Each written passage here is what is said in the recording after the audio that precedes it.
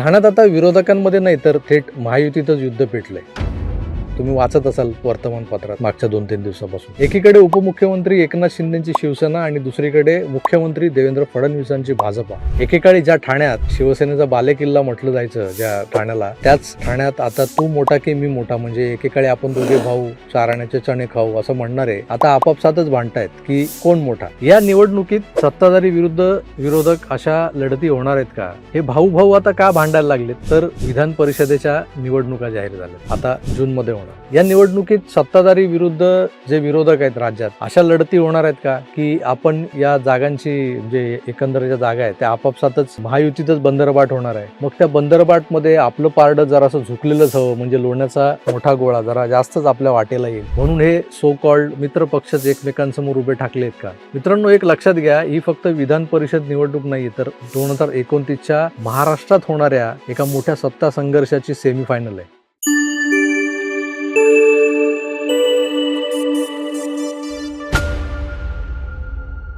नमस्कार मित्र, तुमचं स्वागत आहे आकार DG9 वर. आणि आज आपण बोलणार आहोत त्या निवडणुकीबद्दल जी निवडणूक महायुतीत मोठा राजकीय भूकंप घडवू शकते.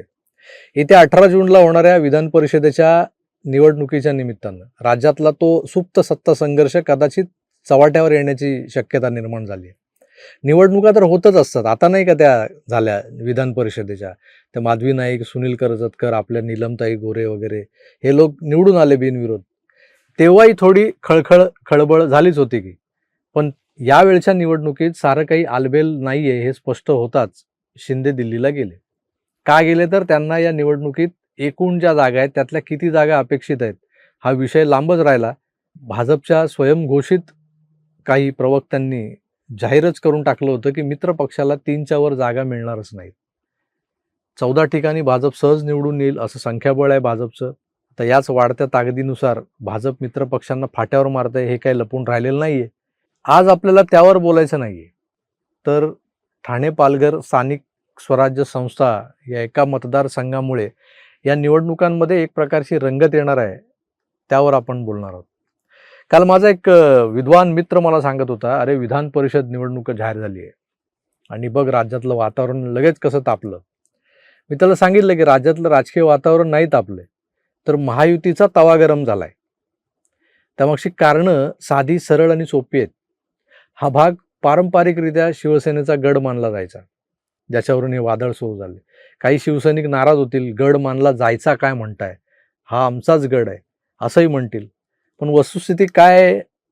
तर गेल्या काही वर्षात भाजपनं ठाणे, नवी मुंबई, कल्याण, डोंबिवली आणि मीरा भाईंदरमध्ये आपली ताकद ही जाणीवपूर्वक प्रचंड अशी वाढवलेली आहे. सध्याच्या या मतदारसंघातले संख्याबळाचे आकडे काय सांगतात यावर जर एक नजर टाकली तर सगळं स्पष्ट होतंय. भाजपकडे जवळपास 444 नगरसेवकांचं संख्याबळ असल्याचं बोललं जातंय म्हणजे आहे. तर शिंदे गटाकडे निलेश सांबरेंच्या जिजाऊ संघटनेच्या पाठिंब्यासह सुमारे 346 मतं आहेत. दोघांमधला गॅप हा जवळपास 98 ते 100 मतांचा आहे. म्हणजेच भाजप म्हणतोय आकडे आमचे, जागा आमची. खरं तर 1989 साली प्रमोद महाजन आणि बाळासाहेब ठाकरेंनी ठरवलेला सत्ता वाटपाचा फॉर्म्युला पण असाच काहीसा होता. त्यामुळे आकडे आमचे, जागा आमची हे काही चूक नाहीये. पण शिंदे गटासाठी ही निवडणूक प्रतिष्ठेची आहे, कारण ठाणे म्हणजे शिंदेंचा राजकीय बालेकिल्ला आहे. आणि हा किल्ला भाजपकडे जर गेला तर तो फक्त पराभव नाही होणार, तर तो 2029च्या निवडणुकांच्या अनुषंगानं राज्यातल्या सगळ्यात छोट्या मोठ्या पक्षांना एक राजकीय संदेश असेल, मेसेज दिला जाईल. काही राजकीय विश्लेषकांच्या मते लोकसभा निवडणुकीनंतर जो फटका महाराष्ट्रात बसला भाजपला, त्यामुळे जीभ पोळून निघालेला भारतीय जनता पक्ष आणखी आक्रमक झालाय आणि आता ताकही फुंकून पितोय. विरोधाभासी वाटेल तुम्हाला विधान, पण मला वाटतं भाजप सावध किंवा सजग वागू लागलाय असं नाहीये, तर ही सरळ आक्रमक भूमिका आहे. राज्यात ते मोठ्या भावाच्या भूमिकेत आहेतच, आता त्यांना ठाण्यात मोठा भाऊ बनायचं आहे आणि कुणालाही आपला पक्ष विस्तार करायचा आहे, पक्ष वाढवायचा आहे, तर चुकीचं काय?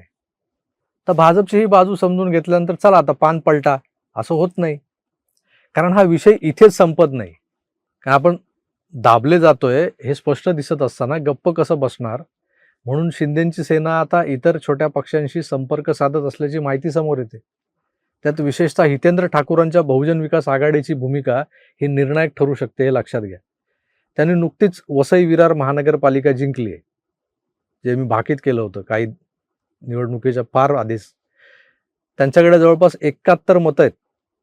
पण आता प्रश्न उद्भवतोय की या मतांचा जोगवा ठाकूर कंपनी सहज असं उठून शिंदेच्या झोळीत टाकील का? तर याचं उत्तर नाही असंच देता येणार. विरारचे आप्पा हे त्यांच्या साम्राज्यासाठी म्हणजे वसई विरारसाठी म्हणा किंवा त्यांच्या काहीशा अडचणीत आलेल्या पक्षाला पुन्हा उभारी मिळावी यासाठी म्हणा, काही ना काही मोबदला मागणारच आहेत. मला वाटतं शिंदे सेना जर वाटाघाटीला बसली त्यांच्याबरोबर तर त्यांना रवींद्र फाटक यांचा पुन्हा बळी द्यावा लागेल असं मला वाटतंय. कदाचित इथले माजी आमदार क्षितिज ठाकूर बहुजन विकास आघाडीचे यांना पुन्हा ॲक्शनमध्ये आणण्यासाठी शिवसेनेच्या पाठिंब्यावर किंवा सेनेचा उमेदवार म्हणून क्षितिज ठाकूर यांना इथून लढवलं जाईल याच्या दाट शक्यता दिसतात मला. सोबतीला शरद पवारांच्या राष्ट्रवादी काँग्रेसकडे असलेली मतं देखील मदतगार ठरू शकतात आणि यासाठी पवारांना गळ घालण्याची अवकाश असते फक्त, आणि ते काम आप्पा करतील, हितेंद्र ठाकूर, यात वाद नाही. पण हे जे वरवर साधं सोपं जे वाटतंय ना, जे या साटलोट प्रकरणात कदाचित भाजपचे चाणक्य काहीतरी धक्कादायक चमत्कार घडवून आणण्याची शक्यता नाकारता येत नाही. भाजपने विचारलं तर महाविकास आघाडीतल्या काही गटांकडून अप्रत्यक्ष मदत होण्याची चर्चा देखील राजकीय वर्तुळात सुरू आहे. ही लढाई वरवर शिंदे विरुद्ध भाजप अशी वाटत असली तरी या लढाईला आणखी एक अँगल आहे, तो म्हणजे भाजपमधल्या अंतर्गत संघर्षाचा. भाजपचे पालकमंत्री, जिल्हाध्यक्ष, मग तिथले त्या जिल्ह्यातले नेते, वसई विरारमधून निवडून आलेले 2-2 आमदार यांच्यातल्या मानापमानाच्या आणि वर्चस्ववादाच्या चर्चांनी वातावरण वेगळ्या पद्धतीने तापलेलं आहे. म्हणजे बाहेर विरोधकांची लढाई सुरू असताना आतून महायुतीतच संघर्ष पेटलेला आहे आणि तो भाजपात सर्वाधिक जास्त दिसतोय. आता सर्वात मोठा प्रश्न असा आहे की ठाण्याचा गड भाजप जिंकणार का, की शिंदे पुन्हा एकदा आपला दबदबा जो आहे, आपलं वर्चस्व आहे ते सिद्ध करणार का, की या घुसळणीतून वसई विरारला तिसरा आमदार मिळणार? या जांगड गुत्त्यावर आत्ताच भाकीत करता येणं कठीण आहे. कारण या निवडणुकीचा निकाल फक्त हा या एका जागेपुरता मर्यादित नाही आहे किंवा एका जागेचा निर्णय लावणारा, निकाल लावणारा नाही आहे. तर महाराष्ट्रातलं खरं सत्ता केंद्र कोण आहे याचंही उत्तर देणारं ठरणार आहे. तुम्हाला काय वाटतं, वर्चस्ववादाच्या लढाईत दिल्ली हस्तक्षेप करील का? कारण शिंदे नाराज झाले की ते एकतर दिल्लीला जातात किंवा त्यांच्या दरेगावला जातात असं त्यांच्यावर टीका करणारे लोक बोलत असतात. आणि शिंदे यावेळेला म्हणजे परवाचा त्यांचा दिल्ली दौरा हा काय असाच सदिच्छा भेटीसाठी होता असं कोणी समजू नये, समजणं चुकीचंच आहे. त्यामुळे दिल्लीनं शिंदेंचा मान राखून, म्हणजे त्यांनी जाऊन तिथे जर काही सांगितलं असेल तर त्यांच्या विनंतीचा मान राखून त्यांना ठाणे पालघर स्थानिक स्वराज्य संस्था मतदारसंघ मोकळा करून जरी दिला तरी तो त्यांनी स्वबळावर जिंकायचा आहे की भाजपच्या मदतीनं, हे मात्र आपल्याला माहीत नाही आणि आपल्याला कोणी सांगणार देखील नाही. दिल्लीत जे घडतं ते शिंदे साहेबांना आणि देवेंद्रजींना किंवा वर अमित शहा यांना किंवा मोदींना माहिती असतं. आणि गेला बाजार दिल्लीत जे काही घडतं त्याची स्वप्न भांडूपच्या आपल्या भोंग्याला पडतात संजय राऊतांना. मग ते दुसऱ्या दिवशी सांगतात की हे गेले होते, पक्ष विलीन करणार आहेत, मग शिंदे तिकडे जाऊन मुजरा करून आले. म्हणजे तिथे जे घडतं ते एकतर हे 2-3 माणसांना माहिती असतं किंवा संजय राऊतांना, आपल्याला नाही. पण या अनिश्चिततेवर आपण अंदाज लावू शकतो फक्त. आता अंदाजच लावायचे तर तुम्हाला काय वाटतं, शिवसेनेच्या रवींद्र फाटकांचा राजकीय वनवास यावेळी तरी संपणार की नाही, की पुन्हा पक्षहितासाठी रवींद्र फाटकांचा बळी दिला जाणार? कमाल म्हणजे क्षितिज ठाकूर हे शिवसेनेचे उमेदवार बनून लढतील का? वसई विरारला क्षितिजच्या रूपानं तिसरा आमदार मिळेल का? काय वाटतं हे मला कमेंट्स करून जरूर कळवा. मी तुर्तास इथेच थांबतो. पुन्हा भेटूच, तर आपली काळजी घ्या आणि पाहत राहा आपलं आवडतं यूट्यूब चॅनल आकार DG9. धन्यवाद. नमस्कार.